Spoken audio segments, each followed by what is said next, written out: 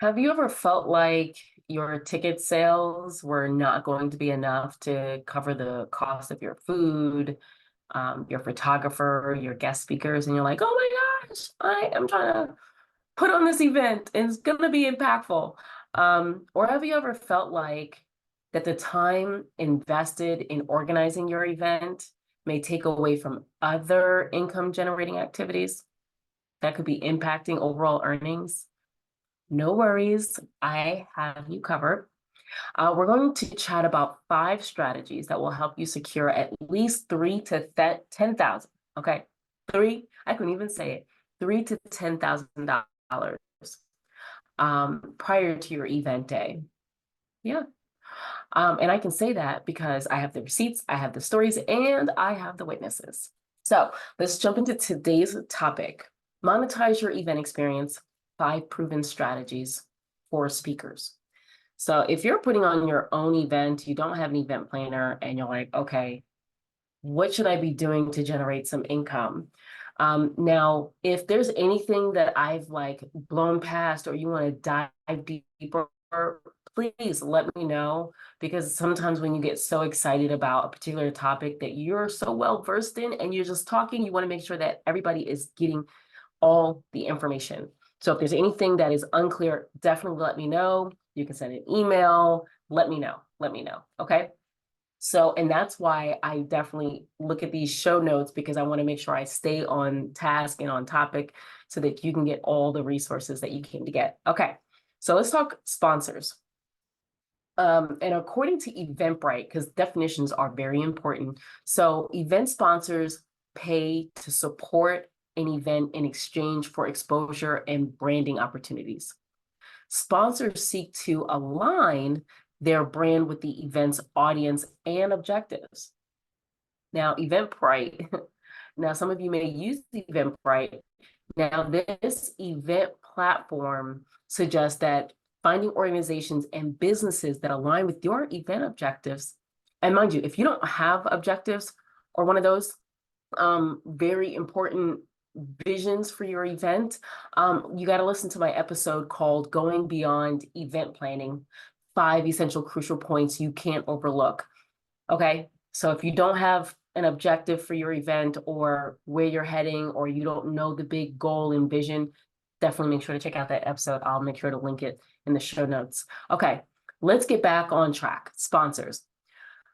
Make a broad list. Like, let's just start there. Let's just start covering all the ground, right? List all kinds of different types of companies, organizations that align with your fans, AKA your audience, okay? Once you have found companies and or organizations that have similar interests, mark them as potential partners, okay? Now, your ideal sponsor doesn't have to be Nike, it doesn't have to be Google, it doesn't have to be Amazon. I think sometimes we're like, oh my gosh, sponsors is such a like, ooh, it's intimidating. But you could, easily have smaller businesses that want to assist in your event vision. And leveraging the power of partnerships is, oh my gosh, it is everything. So seek out companies with shared goals and visions and missions, right? So you guys are kind of tracking on the same values. Craft a compelling visual pitch deck outlining the benefits of a partnership and how it aligns with their brand. When you speak to someone and you're just having conversation, when you want to get to know someone and you want to get some information, ask questions about them, what's important to them. And when you go to a company or an organization and you're trying to let them know that you care about what they care about and you have an audience that would be ideal to them, yeah. I mean, and mind you, if you don't know someone at that company or organization, or better yet, let's use this example. You know someone that has a connection, ask for the referral, ask for the meeting. Okay. Yeah.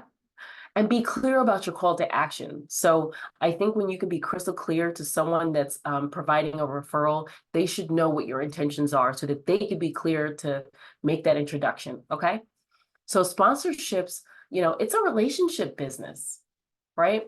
So the better you can build connections with your potential sponsors and establish trust, the more valuable your event will become. So aim to maintain communication without pushing boundaries. Okay. Another thing when you're thinking about sponsors and okay, the question is like, what can you do for them? Because it's about them and trying to get that partnership, right? So offer to promote their brand before, during, and after the event experience through advertisement, signage, digital promotion, and other means, giving sponsors a chance to shine. Remember, it's not just about financial support, but building the lasting relationships. Because I tell you, after this event and it goes so well and they have new people coming through their doors because of X, Y, and Z, whatever you have putting on for the next thing, they want to be the first to know. Okay. So I remember though, when I put on my very first event, um, like by myself, fasting and praying. I believe it was 2017. It was called Curls Who Brunch, amazing, and it was in the Hamptons, and it was definitely no. I had an event before that. This event was, oh my gosh, I don't want to date myself, but I'll just say it's my first event, okay? And this was back in Texas. It wasn't in the Hamptons on Long Island. This was a few years before that. And this is how I learned to do the event in 2017. Like, for example, I went to my local Starbucks in Texas because I went there every day. I knew the different people that worked there. I knew the baristas. And, I'm spending $7 a cup, okay, every weekday, which adds up. And they were delighted. They were happy to donate coffee and light treats for my event.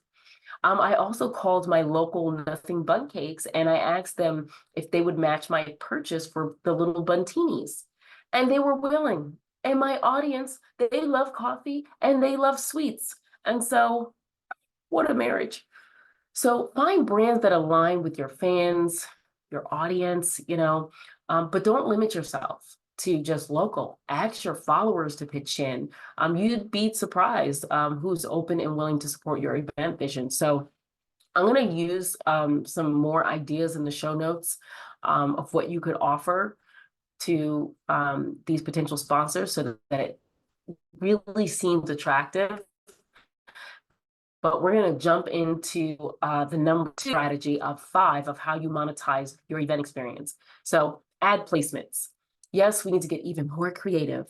And don't overlook the power and potential of ads in your programs, whether it be virtual or if it's a physical copy. Provide businesses with a platform to showcase their products and or services, offer different ad sizes at various prices, ensuring flexibility for all budgets. So nobody really has an excuse. So if somebody's like, yeah, I can't do that at $50 or $150, and it's like, it's advertisement.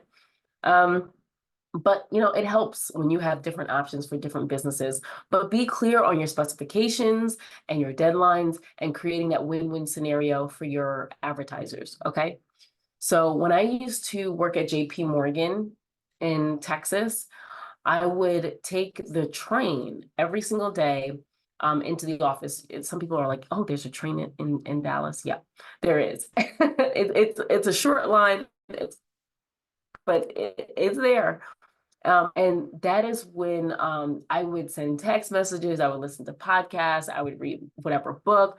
And on a particular day, my grandfather called me and I used that time to pick his brain about events because he was the NAACP president for over 3 decades. So I told him my concern about ticket sales and like different butts and seats. And that's when he told me to never rely on ticket sales. I repeat, never rely on ticket sales. He reminded me of the programs I would hand out as a greeter at the door. And he's like, do you remember like the businesses who had the full pages, the half pages, and the quarter pages, those different advertisements that were within the program? And I shook my head as if he could see me like through the phone. But my grandfather told me that he would collect various checks from various businesses, especially those who want support for the cause. Remember, like this is like before Black Lives Matter existed. So when companies and organizations would invest in the NAACP, like it was a big deal. And for me, ads within my program brought me in at least $3,000 to $5,000 from that nugget alone. So, and I would get that money before the event. So at least I would have some spending money on whatever the budget was. But some of the objections that I would get from businesses locally was like, hey, I'm not going to even be able to attend. Um, and how I would position it, I even wrote this down.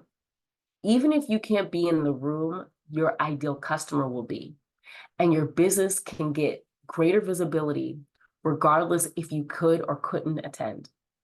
Why not invest in new customers and clients who would like to come to your business simply because of your business card on the event website or within the program? Like, you don't have to be there. Like, to offer that, like, hey, you can still work within your business and still cook and do whatever you do. But yeah, you don't even have to be there.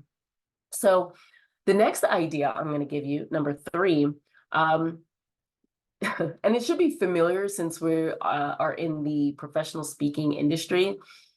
Speaker showcase opportunities. Some people may not like this, but when I came up into the speaking game, this was definitely a thing. So if you're not familiar with speaker showcase opportunities, let me just put it in a nutshell. This is where speakers can pay to be on your stage, okay? Or they can come speak for free, but they would be required to sell a number of tickets and they would get a commission, okay? Now, the best of the best top speakers of our time will tell you there have been times that they had to pay to play, okay?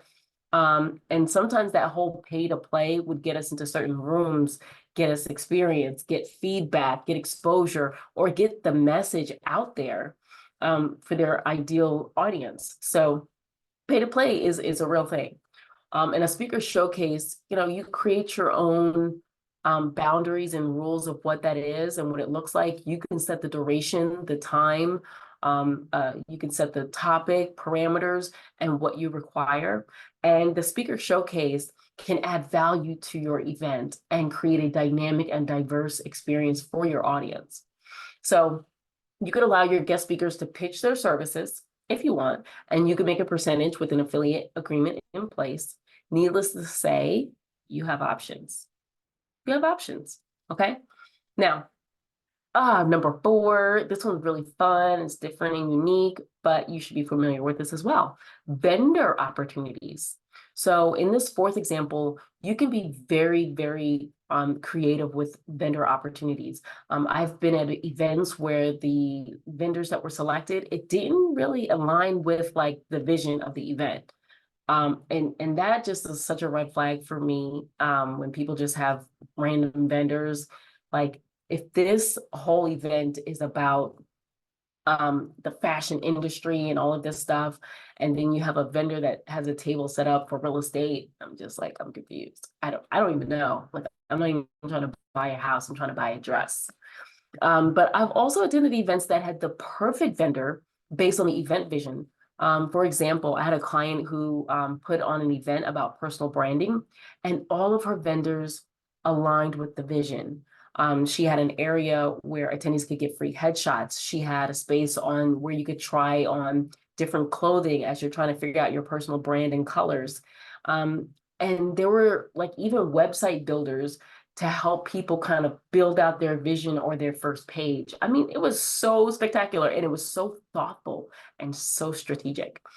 Now, all I have to say, and I'll be done with this topic, right? Because I mean, this is a really big deal to have the right vendors, and you want to be picky and strategic about the types of vendors you have come in, but offer vendors different table sizes, different table size options, where they want to be located within the event venue, and have a varied pricing model. So other chargeable items could be like if you're offering the tablecloths because you want a certain look and everything to be cohesive. And if they need assistance with a setup and breakdown, that could be an additional cost. But always choose your back of the room table before you give them options, okay?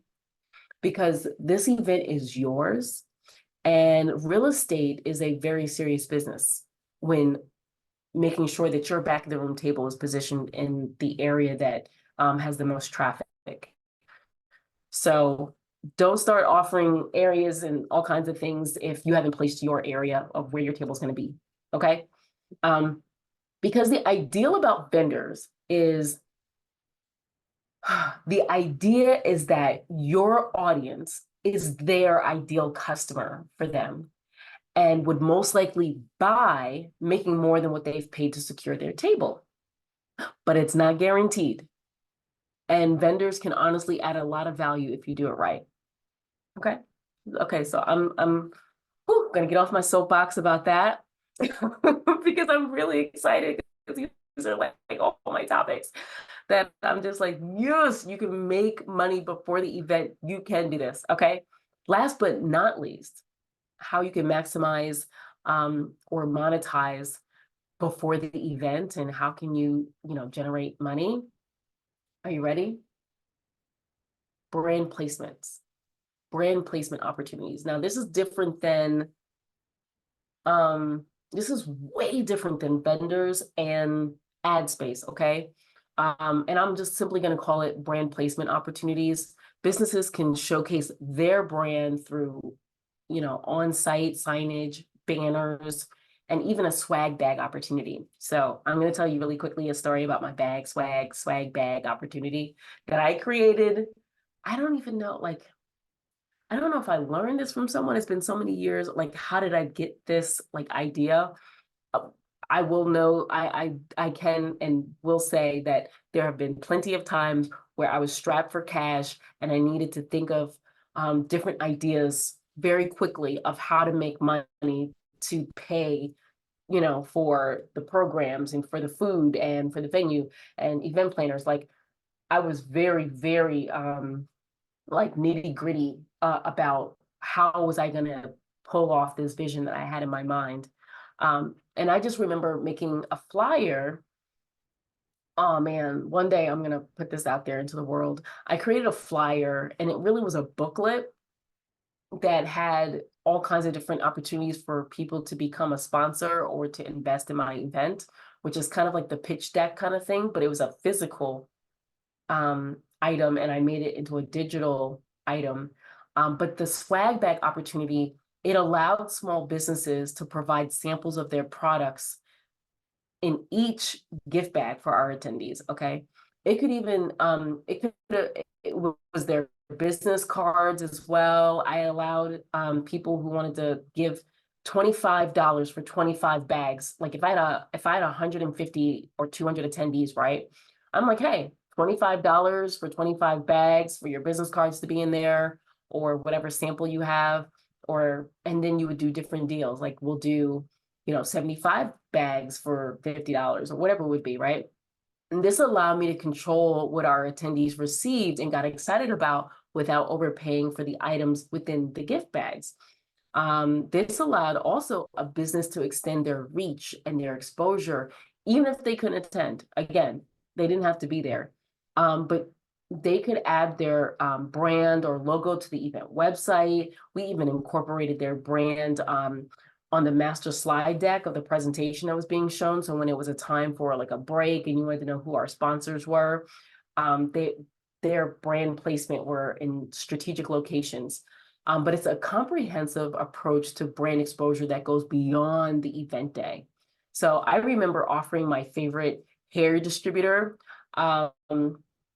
a stage signage opportunity where I was able to place their brand on the banner, like on this big banner beside the stage. And shout out to She's Happy Hair, one of my first yeses in business. And I still use their services today or their products today. So shout out to Warren. So yeah. I tell you, you just never know who will say yes and who gets excited about what you get excited about. Okay, we covered 5 strategies. I don't want you to forget these, right?